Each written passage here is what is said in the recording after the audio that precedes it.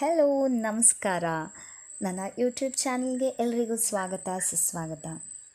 ನಾನಿವತ್ತು ನೆಕ್ಕಿ ಗಿಡದ ಬಗ್ಗೆ ನನಗೆ ತಿಳಿದಿರ್ತಕ್ಕಂಥ ಮಾಹಿತಿಯನ್ನು ನಿಮ್ಮ ಜೊತೆ ಹಂಚ್ಕೊಳ್ಳೋದಕ್ಕೆ ಬಂದಿದ್ದೇನೆ.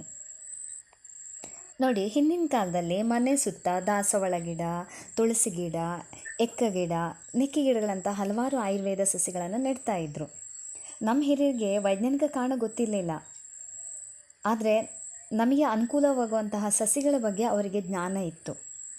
ಇಂದು ಅದೆಷ್ಟೋ ಯುವ ಪೀಳಿಗೆಯ ಜನತೆಗೆ ಇಂತಹ ಆಯುರ್ವೇದ ಸಸಿಗಳ ಪರಿಚಯವೇ ಇಲ್ಲ. ನಿಜ ಹೇಳಬೇಕಂದ್ರೆ ನಮ್ಮ ಮನೆಗೆ ಈ ಗಿಡನ ತಂದು ನೆಡುವವರೆಗೆ ನನಗೂ ಕೂಡ ಇದು ಅಪರಿಚಿತನೇ ಆಗಿತ್ತು. ಈ ಗಿಡದ ಎಲೆಗಳಿಗೆ ಗಾಢವಾದ ಪರಿಮಳ ಇದೆ.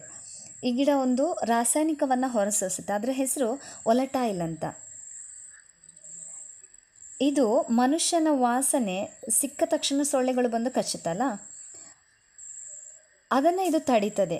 ಅದು ಹೇಗಪ್ಪ ಅಂದರೆ, ಈ ಗಿಡಗಳು ಹೊರಸೂಸುವಂತಹ ಆ ಒಲಟಾಯಿಲ್ ಎಂಬ ರಾಸಾಯನಿಕ ಇದೆಯಲ್ಲ, ಅದು ಸೊಳ್ಳೆ ಪರದೆ ಹಾಗೆ ಕೆಲಸ ಮಾಡುತ್ತೆ. ಅಂದರೆ ಸೊಳ್ಳೆಗಳು ಮತ್ತು ಮನುಷ್ಯನ ವಾಸನೆಯನ್ನು ಸೊಳ್ಳೆಗಳು ಗ್ರಹಿಸದಂತೆ ಇದು ತಡೆಗಟ್ತದೆ.